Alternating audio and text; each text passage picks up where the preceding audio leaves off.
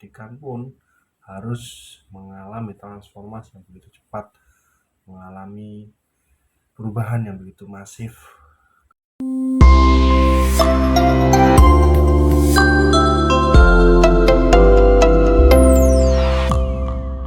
Assalamualaikum warahmatullahi wabarakatuh. Pada kesempatan kali ini kita akan berbincang banyak hal terkait tema belajar bukan sekedar nilai ataupun pendidikan berbasis makna di era digital. Kita mengetahui bahwasannya perkembangan teknologi begitu masif di era saat ini, apalagi sekarang sudah memasuki era 5.0. Kita mengetahui bahwasannya pendidikan pun harus mengalami transformasi yang begitu cepat, mengalami perubahan yang begitu masif, karena tidak dapat kita pungkiri bahwasannya pendidikan itu adalah bagaimana ia mampu beradaptasi dengan perkembangan zaman itu sendiri. Pada kesempatan kali ini kita banyak mengulik terkait pendidikan apakah hanya sekedar nilai semata. Pastinya tidak. Ketika kita mengacu bagaimana problematika pendidikan yang mana hanya berbasis angka, maka budaya-budaya itu perlu kita rubah dengan skema yang lebih elegan, lebih baik.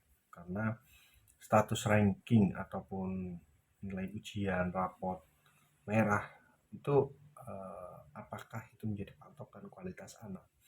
Pastinya tidak. Maka skema-skema itu harus diperbarui dengan seiring perkembangan zaman, karena memang ketika kita hanya mengacu sebatas nilai, hanya mengacu sebatas nilai merah, apakah setiap anak itu akan mengalami ritme yang sama dengan anak yang lainnya? Pastinya berbeda, karena potensi anak memiliki karakteristik yang berbeda-beda, memiliki kelebihannya masing-masing. Maka tinggal bagaimana guru itu menemukan titik terang, bintang terang seorang anak itu sendiri. Dengan dunia digitalisasi yang begitu masif, kita dapat mengadopsi pelajaran-pelajaran yang dulunya kita hanya berbasis manual, maka kita dapat mengimprove ya, mengembangkan sistem pembelajaran itu dengan menggunakan digital itu sendiri. Karena sebagai guru pembelajar, maka siswa perlu diajarkan bahwasanya tumbuh kembang itu juga perlu ditanamkan oleh seorang guru itu sendiri. Guru memberikan contoh yang baik, melek akan dunia digital, siswa mengikuti pula dengan ritme yang ada. Ketika kita berbicara terkait apa sih pentingnya makna dari pendidikan itu sendiri, atau apa itu pendidikan yang berbasis makna. Kenapa seperti itu? Karena bagaimana keterpautan antara pelajaran dengan permasalahan yang ada, keterpautan antara nilai pelajaran yang ada dengan konteks permasalahan yang ada di lingkungan. Karena kita mampu menganalisa, mampu memaknai hidup dari pelajaran-pelajaran yang disuguhkan di mata pelajaran, itu kita kaitkan dengan kehidupan sehari-hari. Relevansinya apa dalam kehidupan kita? Itu sangat penting, karena ketika kita hanya mengacu pada teks, dengan mengacu dengan mata pelajaran semata, maka siswa itu kurang terbuka, siswa itu kurang memaknai apa maksud tujuan pelajaran itu sendiri. Maka penting kita meneladani tokoh pendidikan yang ada di Indonesia, contoh seperti Ki Haji Dewantara mengajarkan di mana bila memiliki sebuah yakni Ngarso, Suntolodo, Ingmadyo, Mangunkarso, Tuturi, Handayani, itu sebuah tidak hanya sebatas jargon, tapi bagaimana itu menjadi nilai ataupun itu menjadi letak dasar dari pemahaman-pemahaman yang mana tokoh pendidikan yang telah beliau telurkan itu dapat diimprove di zaman yang saat ini. Bagaimana implementasi dan pengembangan itu dapat dilakukan. Dan ketika kita berbicara konsep pendidikan, perlu kontekstualkan fitrah manusia atau minat bakat atau sesuai dengan karakteristik siswa itu sendiri. Karena tak jarang pelajaran itu hanya berbasis ilmu pengetahuan semata, knowledge semata. Padahal dalam pendidikan juga kita diajarkan soft skill, di mana kita harus mengetahui minat bakatnya seorang siswa sehingga dapat diperdalam.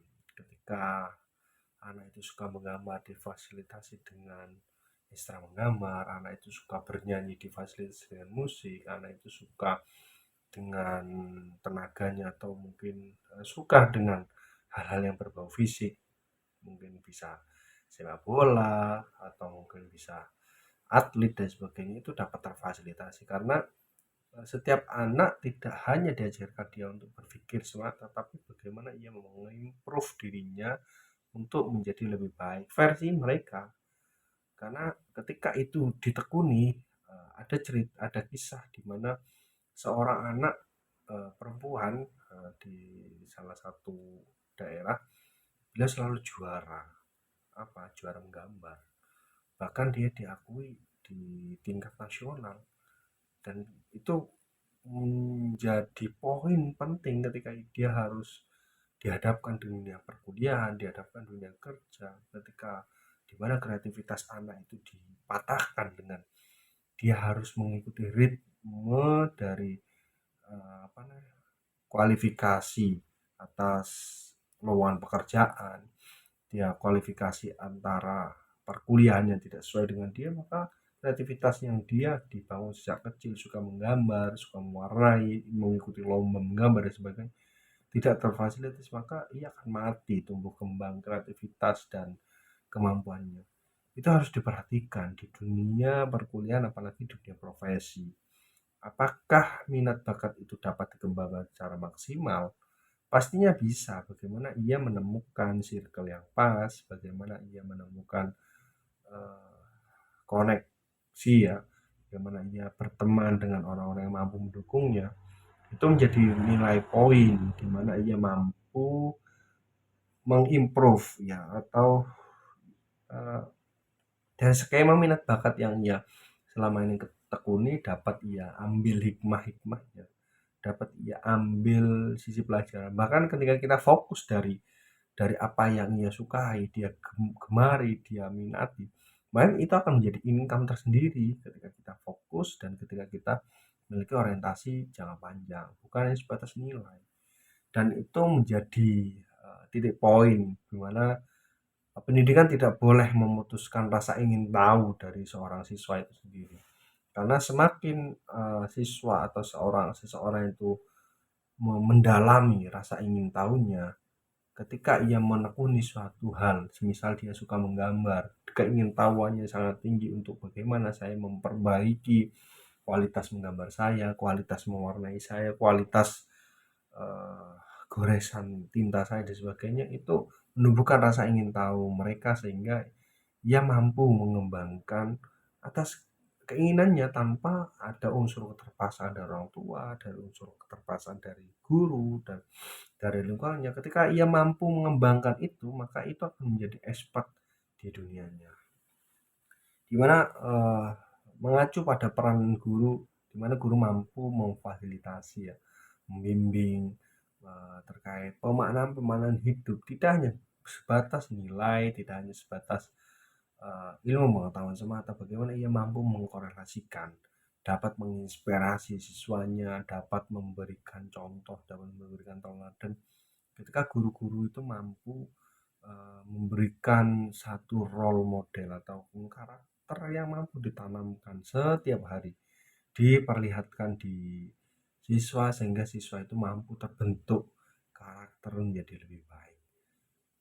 Guru tidak hanya sebatas penyampai ilmu, tapi juga guru mampu menjadi fasilitator, penghubung antara minat bakatnya mereka, pelajaran dengan permaknaan kehidupan, dari pelajaran dapat diimplementasikan dalam kehidupannya secara bertahap. Dan proses itu tidak mudah, perlu jangka, perlu jarak yang panjang untuk membentuk siswa itu menjadi berkarakter itu sendiri. Tapi setidaknya guru menjadi peletak batu pertama. fondasi awal untuk membentuk siswa itu menjadi lebih baik. Dimana ketika ia harus beranjak di dunia profesional atau mungkin dia beranjak pada dunia mahasiswa dan sebagainya, ia mampu menemukan arah dan cita-citanya tanpa harus dia mengikuti FOMO, tanpa ia harus mengikuti gaya kekinian dalam artian ketika temannya memilih A, dia memilih A, ketika temannya memilih kampus B, dia ke kampus B, tidak, tapi dia menemukan hero passionnya sesuai dengan cita-citanya, ataupun mungkin dia tidak memiliki cita-cita secara eksplisit atau secara spesifik, tapi ia mampu mengetahui potensi apa yang ia perlu kembangkan, potensi apa yang perlu ia tekuni, di mana korelasi itu dapat dia temukan, dia kembangkan melalui aktif organisasi, ikut event, ataupun dengan unit kegiatan yang ada di mahasiswa, proyek sosial dan sebagainya, ia mampu mengimplementasikan tidak hanya sebatas wacana, tapi juga bersinggungan dengan masyarakat. Kayak tulis ilmiah semisal, ia mampu menarasikan apa yang dipikirkan sesuai studi permasalahan di lapangan, sehingga ia mampu merefleksikan tidak hanya sebatas narasi, tapi juga batas tertulis yang dapat dinikmati banyak orang. Dan jadi seorang pendidik tidaklah mudah, tapi bukan berarti tidak bisa. Dimana di ruang kelas menjadi auditorium utama untuk menghadapi dunia nyata di luar sana. Ruang sekolah ataupun lingkungan sekolah itu menjadi auditorium kecil, mini, bagi interaksi sosial seorang siswa, interaksi seorang guru pada muridnya, murid kepada temannya sendiri, itu menjadi nilai tersendiri. Ruang bukan ruang kosong, tapi menjadi ruang lingkup yang mampu memberikan makna seorang siswa itu sendiri. Di mana dari terapan-terapan yang kecil, skema landscape masyarakat yang mini dari ruang sekolah, ia mampu mengembangkan potensinya, mampu menemukan jalan hidup yang terbaik sesuai dengan apa yang dia inginkan. Tidak menjadi merasa tertekan, tidak menjadi merasa inferior, saya tidak memiliki fashion, saya tidak memiliki bakat.